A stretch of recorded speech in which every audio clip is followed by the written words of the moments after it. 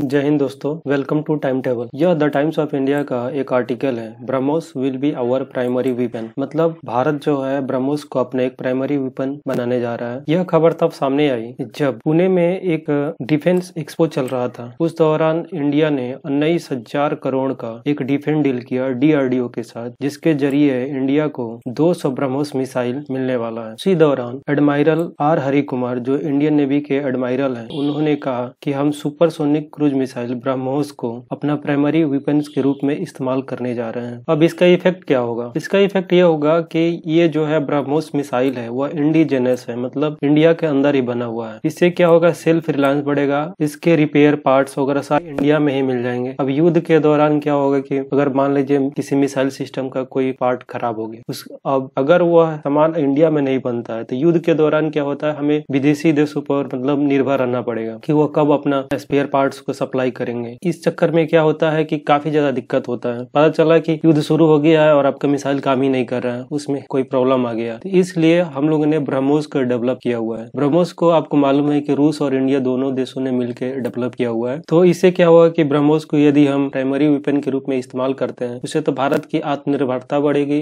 रोजगार भी बढ़ रहा है, रिपेयर पार्ट और स्पेयर पार्ट जो भी है वो इजिली अवेलेबल होंगे, देश के अंदर अवेलेबल होंगे। कभी युद्ध का समय आता है तो उस समय हमें किसी विदेशी पे निर्भर नहीं रहना पड़ेगा कि वह स्पेयर पार्ट्स को सप्लाई करेंगे। अगर कुछ गड़बड़ हो जाता है तो हमारे अपने मैकेनिक्स होंगे। यह यहाँ क्या हुआ है कि इंडियन गवर्नमेंट ने 19,000 करोड़ का डील किया है, जिससे इंडियन नेवी को 200 ब्रह्मोस मिसाइल मिल जाएगा। ये कहाँ पे हुआ है? तो डिफेंस एक्सपो हो रहा था पुणे में, तो उस दौरान यह डील हुआ है। और उसी दौरान एडमायरल हरि कुमार जो है, उन्होंने इस ब्रह्मोस मिसाइल का क्या इंपॉर्टेंस वगैरह पे फोकस किया। ये है ब्रह्मोस मिसाइल। अब इससे पड़ोसी देशों को क्या दिक्कत है, इसको जानने के लिए हम लोग एक घटना को याद करते हैं। आपको याद होगा मार्च 19, 2022 को कि एक मिसाइल ब्रह्मोस क्या हुआ था कि इंडिया से अंबाला के पास से क्या हुआ था, 19 मार्च को 7 बजे शाम को एक एक्सीडेंटली एक मिसाइल चला और मियान चानू प्रोविंस जो पाकिस्तान के पंजाब में जाके गिरा। यह मिसाइल जब वहां पे गिरा तो वहां की जो मिलिट्री है, जो वहां का डिफेंस सिस्टम है, जो उन लोगों ने चाइना से लिया हुआ, वो इसको इंटरसेप्ट नहीं कर पाया। संजोग ये था कि वो एक्सीडेंटली हुआ था, उसमें कोई वार हेड लेके नहीं जा रहा था, मतलब उसको कोई गोला बारूद नहीं था, कोई मिसाइल केवल खाली था, मतलब खोपड़िया टाइप का था, एकदम खंखड़ था, केवल मतलब मशीन जाकर वहां पे गिरा, उसमें कोई बारूद वगैरह नहीं था। तो ये खबर जब पाकिस्तान जब अभी सुन रहा होगा या फिर देख रहा होगा तो उसके लिए प्रॉब्लम की बात है, क्योंकि ये सुपरसोनिक मिसाइल है। ये जो पाकिस्तान के पास जो डिफेंस सिस्टम है वो इसको इंटरसेप्ट नहीं कर सकता है। और ये कोई कहने की बात नहीं है, क्योंकि अभी जो चाइना से जो वो सिस्टम लिया हुआ है, डिफेंस सिस्टम लिया हुआ है, जैसे हम लोग के पास AS-400 है, वैसा ही चाइना से उसने डिफेंस सिस्टम लिया हुआ है जो किसी काम का नहीं है। मतलब इस मिसाइल को सुपरसोनिक स्पीड से जो भी मिसाइल ले जाएंगे उसको वो रोक नहीं सकता है, इसलिए उसके लिए प्रॉब्लम है। अब चूंकि ये मिसाइल सुपरसोनिक है, पाकिस्तान का सिस्टम इसको इंटरसेप्ट नहीं कर सकता कि कब चलेगी, कहाँ जाके गिरेगी, इसलिए चूंकि ये जो सिस्टम है सुपरसोनिक है, जिसका मैक वैल्यू यदि कहेंगे तो मैक वैल्यू इसका आएगा 1 से लेके 5 के बीच में होगा। तो हमें यह जानना जरूरी है, इस कंसेप्ट को भी समझ लेते हैं कि सुपरसोनिक मैक का क्या मतलब होता है। तो आपको मैं बता दूं, मैक का इस्तेमाल हम लोग जब किसी ऑब्जेक्ट का स्पीड साउंड के स्पीड से कंपेयर करके देखते हैं तो उस स्थिति में हम लोग मैक का इस्तेमाल करते हैं। जैसे मान लीजिए कि आपको मालूम है कि साउंड का जो स्पीड होता है वह लगभग हवा में 343 मीटर पर सेकंड होता है। तो इस तरह से देखा जाए, अगर 1 मैक हम कह रहे हैं कि किसी ऑब्जेक्ट का स्पीड 1 मैक है, तो इसका मतलब वह ऑब्जेक्ट जो है साउंड के स्पीड से चल रहा है, मतलब उसका स्पीड क्या होगा, 343 मीटर पर सेकंड होगा। उस तरह यदि कोई ऑब्जेक्ट का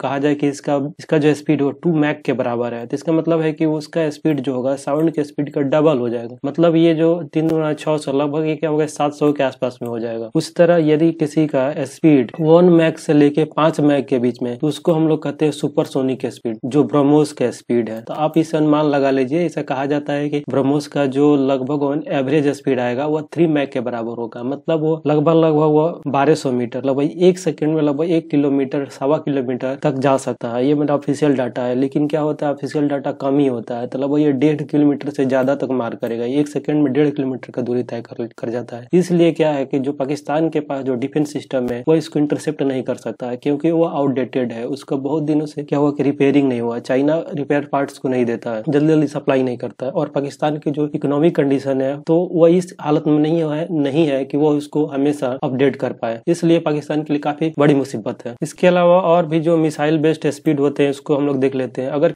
अगर किसी का स्पीड 274 से कम है, मतलब 1 मैक से कम है, तो उसको हम लोग कहते हैं सबसोनिक स्पीड। अगर वो 274 से 412 के बीच में आ रहा है तो उसको ट्रांससोनिक कहेंगे, और मैक वैल्यू इसका होगा 0.8 से लेकर 1.2। उस तरह सुपरसोनिक हम लोग पहले डिस्कस कर चुके हैं, 1.5 1.2 से लेके 5 के बीच में होता है और इसका स्पीड यही होगा 412, कम से कम 412 का स्पीड चलेगा और अधिकतम इसका स्पीड हो जाएगा 1715 मीटर पर सेकेंड। उसके बाद हाइपरसोनिक होता है, जो हाइपरसोनिक का मैक वैल्यू होता है 505 से 10, और इसका होता है जो वेलोसिटी होगा, ये वेलोसिटी इस रेशियो में होगा लगभग 1715 से 3430 के आसपास में होगा। हाइपरसोनिक उस तरह 10 से 25 मैक वैल्यू में होगा और 3430 से लेकर 8507 मीटर पर सेकेंड होगा। इसमें आप ध्यान दे रहे होंगे केवल यह नंबर में, क्योंकि यह क्या होता है, रेशियो होता है, दो स्पीड का रेशियो होता है, इसलिए इसका कोई यूनिट नहीं होता, ये एक नंबर होता है। क्योंकि ये मीटर पर सेकेंड में ऊपर वाला भी आएगा, क्योंकि दो वेलोसिटी का रेशियो है तो क्या हो जाएगा, मीटर पर सेकेंड क्या होता है, कैंसिल हो जाता है, इसलिए मैक नंबर होता है, इसलिए इसका इस्तेमाल किया जाता है क्योंकि आसान होता है समझने में। अगर 1 कह दिया जाए तो इसका मतलब होगा कि यह साउंड के स्पीड के बराबर हो गया स्पीड, और अगर 2 कह दिया जाए तो इसका मतलब साउंड के स्पीड के दुगुना इसका स्पीड होगा। जैसे कि हम लोग पहले इसको डिस्कस कर चुके हैं, यहाँ पे ये देख रहे हैं 1 Mach equal to speed of the sound, 2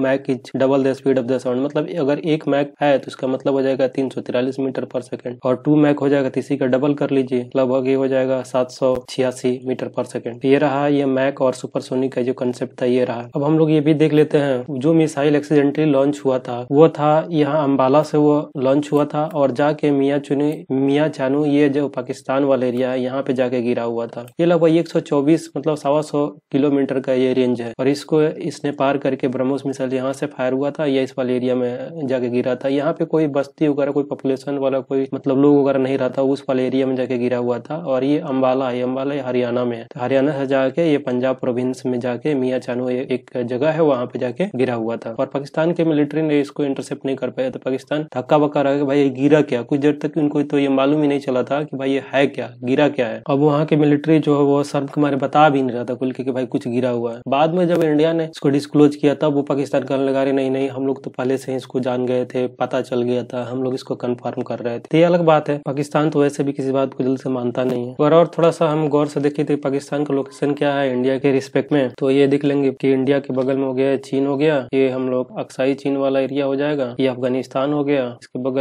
बगल में ये ईरान हो गया, और यहीं पे वो ईरान और को मालूम होगा ईरान और पाकिस्तान के बीच में टेंशन चल रहा है अभी। और ये जो रहा ये अपना इंडिया हो गया, इसके बगल में बे ऑफ बंगाल हो गया, ये अरेबियन सी हो गया, ये बे ऑफ बंगाल हो गया, और म्यांमार वाला एरिया हो गया, चीन का एरिया हो गया, ये यहाँ से नेपाल टच करता है इंडिया को, और ये अपना भूटान हो गया, भूटान सिक्किम को यहाँ पे टच करता है। अब हम लोग देख लेते हैं कि आखिर ब्रह्मोस से पाकिस्तान को इतना प्रॉब्लम क्यों है, इतना क्यों परेशान रहता है। तो ब्रह्मोस की कुछ खासियत है, इसलिए पाकिस्तान कुछ ज्यादा ही इस मिसाइल से डरता है। तो पहला हम लोग देख लेते हैं इसके क्या खासियत है, एग्जाम पॉइंट ऑफ व्यू से भी और ऐसे भी इन जनरल भी। पहले तो ये इंडो रसिया मतलब इंडिया और रसिया दोनों मिल के इस सिस्टम को बनाया हुआ है। इसका रेंज क्या होता है कि 290 किलोमीटर है, और इस जो फास्टेस्ट क्रूज मिसाइल के नाम से जाना जाता है, और इसका मैक वैल्यू 2.8 मैंने पहले बताया था लगभग 3, इसका मैक वैल्यू लगभग 3 है। तो आप स्पीड से गुना कर लीजिए, 3 चौका मतलब 3 तरीका 9, 3 चौका 12, ये हो जाएगा लगभग वही 1000 किलोमीटर पर सेकंड, 1000 मीटर पर सेकंड की गति से चलने वाला मिसाइल है। इसलिए ये काफी मतलब प्रॉब्लमेटिक है, क्योंकि वहाँ के जो मिसाइल डिफेंस सिस्टम है पाकिस्तान के वो इसको इंटरसेप्ट नहीं कर पाता है। अब सवाल उठता है कि क्रूज मिसाइल होता क्या है। तो क्रूज मिसाइल क्या होता है, गाइडेड होता है, जेट प्रोपेलेंट ड्रिवेन होता है, मतलब इसमें गाइडेड मिसाइल होता है, और इसमें क्या होता है जेट प्रोपेलेंट होता है, और ये लो एल्टीट्यूड में भी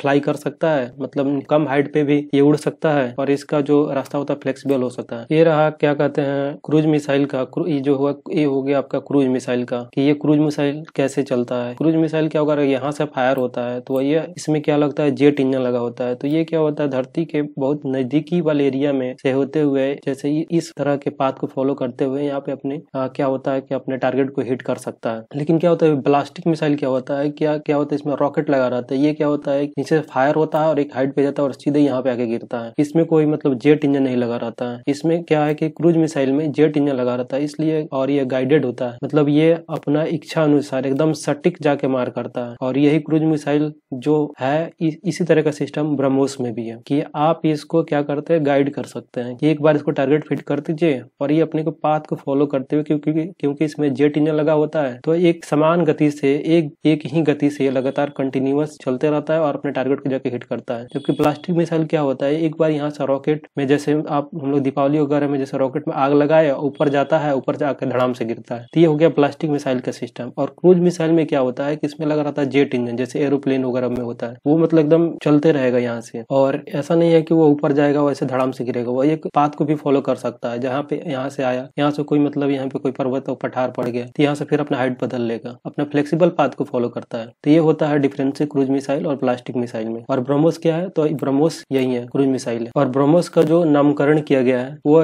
ब्रह्मपुत्रा और मॉस्कोवा एक रिवर है, दोनों के नाम को मिला के बनाया गया ब्रह्मोस। ब्रह्मपुत्रा में जो ब्रह्म पहला और उसमें जो है मॉस, ये 3 वर्ड को मिला के और इस शुरुआती के ये ब्रह्म को मिला के ब्रह्मोस बनाया गया हुआ है। ये टू स्टेज मिसाइल सिस्टम है, जिसमें पहला स्टेज में सॉलिड होता है और दूसरे स्टेज में क्या होता है, रैमजेट इंजन लगा रहता है। अगर डिफरेंसेस अगर जानने की कोशिश करेंगे प्लास्टिक और क्रूज मिसाइल में क्या अंतर होता है, तो यहाँ पे आप देख रहे हैं कि ये गाइडेड होता है और ये अनगाइडेड होता है। मतलब क्रूज मिसाइल गाइडेड होता है, प्लास्टिक मिसाइल अनगाइडेड होता है। और क्रूज मिसाइल में क्या है कि इसमें जेट प्रोपेलेंट ड्रिवन होता है, और इसमें क्या होता है, अनगाइडेड होता है, इसमें कोई रॉकेट पावर वगैरह, इसमें रॉकेट पावर लगा रहता है, इसमें रॉकेट लगा रहता है, और इसमें क्या होता है, जेट इंजन लगा रहता है। ये लो अल्टीट्यूड में फ्लाई कर सकता है ऐसा इसमें, और प्लास्टिक मिसाइल में ऐसा कोई सिस्टम, ऐसा सुविधा उपलब्ध नहीं होता है। फ्लेक्सिबल पाथ को, टेढ़ा मेढ़ा पाथ को भी फॉलो कर सकता है, क्योंकि इसमें इंजन लगा रहता है, इसलिए अपने पावर से चलता है। जैसे हवाई जहाज है कि मतलब वो एक फ्लेक्सिबल पाथ को फॉलो कर सकता है। इस रॉकेट में वैसा बात नहीं है, रॉकेट में एक बार आग पकड़ लिया, ऊपर एक हाइट पे गया और हाइट पे जाने के बाद गिरता है धड़ाम से। ये होता है प्लास्टिक मिसाइल। पाकिस्तान और चीन के लिए सोचने वाली बात और परेशान करने वाली बात ये है, क्योंकि ये जो ब्रह्मोस मिसाइल है वो मल्टी प्लेटफॉर्म से इसको लॉन्च किया जा सकता है, जैसे लैंड से, हवा से, पानी से, मतलब फाइटर जेट से भी इसको लॉन्च किया जा सकता है, सी से लॉन्च किया जा सकता है, बड़े बड़े शिप से लॉन्च किया जा सकता है, और जमीन से लॉन्च किया जा सकता है। कोई मूविंग प्लेटफॉर्म है वो उससे लॉन्च किया जा सकता है। इसलिए ये इसकी जो खासियत है इसको मजबूत बनाती है। इसका इम्पोर्टेंस इसी में है क्योंकि यह जो है मल्टी प्लेटफॉर्म से इसको लॉन्च किया जा सकता है। और दूसरा है कि डे और नाइट का कोई झंझट नहीं है, डे में भी चलेगा और नाइट में भी इसको चलाया जा सकता है। वेदर का कोई झंझट नहीं है, चाहे बारिश हो रहा हो, ठंड हो, गर्मी हो, धूप हो, मतलब किसी भी वेदर में, बादल हो, तो उसमें लॉन्च किया जा सकता है, और ये एकदम सटीक निशाना पे जाके गिरेगा। तीसरा और जो इसकी खासियत है ये है कि ये फायर एंड फॉरगेट, एक बार इसको चला दीजिए और जाके चलाने के बाद क्या होगा कि अपने टारगेट पे जाके ही गिरेगा। ये भी इसका खासियत है, ये भी एक परेशानी का कारण है, जो भी मतलब जो भारत विरोधी जो भी देश है उनके लिए। आगे बढ़ने से पहले आपके लिए एक सवाल है कि what is terminal high altitude area defence, मतलब थार्ड क्या है। ये यूपीएससी में पूछा गया क्वेश्चन है, 2018 का क्वेश्चन है। पहला ऑप्शन है कि ये है कि इजराइल द्वारा एक रडार सिस्टम है, या इंडिया का indigenous anti missile defence programme है, या फिर अमेरिका द्वारा एंटी मिसाइल सिस्टम है, या फिर यह डिफेंस कोलेबोरेशन है between Japan and south Korea. आप इसका जवाब कमेंट बॉक्स में दे सकते हैं, और इसका आंसर हम क्या करेंगे कि अगले एपिसोड जब आएगा उसमें इसका आंसर हम लोग बता देंगे कि इसका क्या आंसर होता है। और हाँ, यदि ये जो जानकारी वगैरह है जो भी आपको यदि पसंद आ रहा हो तो चैनल को सब्सक्राइब कर लीजिए और दोस्तों में शेयर कीजिए। ये जो ब्रह्मोस मिसाइल है वो रूस का एक क्रूज मिसाइल सिस्टम को डेवलप करने वाली एक संस्था है, NPO Mashinostroyeniya NP800 Onyx family, और इंडिया का एक ऑर्गेनाइजेशन है, defence research and development organisation, जिसको DRDO शॉर्ट में कहा जाता है। ये दोनों ही संस्था मिलके ब्रह्मोस का निर्माण करते। जहाँ तक बात है DRDO का, तो वो आता है department of defence research and development के अंतर्गत आता है, जो किस मिनिस्ट्री के अंदर काम करती है, डिफेंस मिनिस्ट्री के अंतर्गत काम करती है। और DRDO का जो हेड क्वार्टर है वो न्यू दिल्ली में। आशा करता हूँ ये जानकारी आपको पसंद आई होगी। धन्यवाद। और आपसे एक रिक्वेस्ट है कि चैनल को ज्यादा से ज्यादा लोगों के बीच में शेयर कीजिए, और जानकारी पसंद आ रही हो तो चैनल को कम से कम सब्सक्राइब कर लीजिए। और मैं कहूंगा कि चैनल को सब्सक्राइब कर लीजिए, क्योंकि अभी क्या है कि चैनल पे लोग बहुत कम जुड़े हुए हैं, और सब्सक्रिप्शन से क्या होता है ना कि मोटिवेशन अंदर से आता है कि भाई हाँ काम अच्छा हो रहा है। या फिर कोई आपका सजेशन हो तो कमेंट बॉक्स में जरूर लिखिए कि यह इम्प्रूवमेंट किया जाना चाहिए इसमें। तो आज के लिए बस इतना ही रखते हैं। अगर इन फ्यूचर कोई नया डेवलपमेंट होता है इसमें तो उसको भी शेयर किया जाएगा। Thank you. जय हिंद।